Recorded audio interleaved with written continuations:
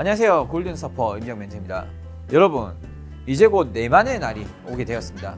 내만의 날이라고 해서 이제 사람들이 되게 두려워들 하시는데 그 관련해서 저한테 되게 질문을 많이 주시더라고요.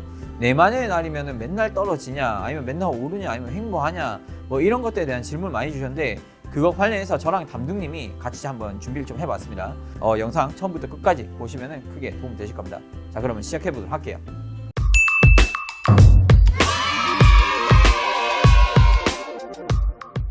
일단 정확히 내마녀의 날에 대한 설명이 부족한 것 같아요. 우리나라 같은 경우에 만기에 대해서 좀 알아봐야 되는데, 만기 날이 언제냐면은 옵션 같은 경우에 매달 있어요.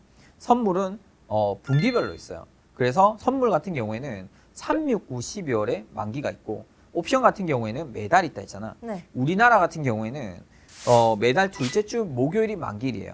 미국 같은 경우에는 매달 셋째 주 금요일이 만기일이에요. 그렇기 때문에 약간의 그 차이는 있어. 근데 일단 우리나라만 봤을 때 옵션은 1월부터 12월까지 매달 있다 했잖아요. 매달 두 번째 주 목요일이죠. 자, 그런데 선물 같은 경우에는 3개월에 한 번이랬죠. 네. 자, 그러면은 옵션과 선물이 동시에 만기일이 있는 달이 언제예요? 3월, 6월, 9월, 12월? 그렇지. 3, 6, 9, 12월이 옵션과 선물 동시 만기일이에요. 동시에 일어나는. 그죠?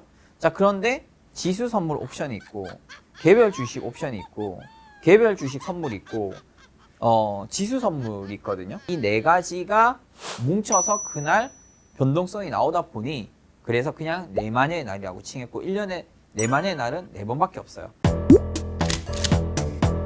만기라고 자주 언급을 하셨는데 근데 만기일의 정확한 뜻을 모르겠어요. 선물의 가치 같은 경우에는 미리 물건을 결제, 약간 이렇게 약속을 해서 이제 매매하는 거거든요. 네. 그래서 이 만기일, 즉 약속일이라고 보면 될 것 같습니다. 그래서 이제 그런 만기일은 우리가 계약한 날의 마지막 날, 이렇게 보시면 될 것 같아요. 그럼 사람들이 내마녀의 날을 무서워하는 이유가 뭘까요? 내마녀의 날에 보통 이제 확률상 좀 폭등장보다는 폭락장이 좀 많이 나와서 그래요. 물론 이제 장세가 어느 정도 내려가다가 올라가던지 또 이제 올라간 척 하다가 내려가든지 이런 장이 나왔었는데, 여기서 중요한 거는 전반적으로 하락장들이 만기인 날에 좀 많이 났었어요. 특히 내만의 날에. 그래서 이제 통계적으로 봤을 때는 매도장이 좀 나오다 보니까 전반적으로 내만의 날은 폭락장이라고 안 좋게 생각들 해요. 물론 이제 주식하신 분들은 이걸 안 좋게 생각하지. 왜냐면 주식은 올라가야 되잖아요. 맞죠. 근데 우리 선물이나 옵션한 사람 입장에서는 이런 날을 되게 좋아했어. 왜냐면 변동성이 좋으니까. 그러니까 이 날은 되게 거래량도 많아요. 왜냐면 막 손바뀜도 일어나야 되고, 내가 들고 있던 거 이제 청산도 막 나가셔야 되고, 또는 이제 롤오버라고 해서 차라리 이번 달 월물을 다음 달 것까지 들고 갈란다, 이런 물량도 있고, 막 거래가 빈박하게 나갈 수밖에 없거든요. 그러다 보니까 거래량이 평소에 비해서 매우 높습니다. 그러다 보니까 일단 물량을 팔다 보니까 어떻게 되겠어요? 매도가 나올 수밖에 없는 거지. 네네. 그죠? 자, 그런데 이런 경우도 있어요. 전반적으로 횡보하다 끝날 때도 있어요. 의외로. 이게 언제 이러냐? 이런 장은요, 언제 나오냐면 전날 물건이 주고받고가 끝났을 수도 있어요. 전날에. 예를 들어서 원래 만기일이 내일인데 네. 그 전날, 예를 들어 오늘 변동성이 다 터져버린 거야. 예를 들어 급등이 빡 나올 수도 있고 급락이 나올 수도 있잖아요.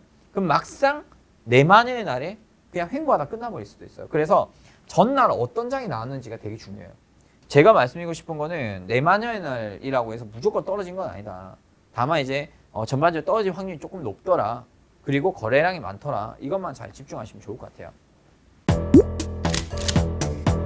어느 정도 내마녀의 날에 대해서 알았는데 그러면 대응은 이제 어떻게 하면 좋을까요? 대응은 우선은 첫 번째로 일봉을 먼저 꼭 체크를 해.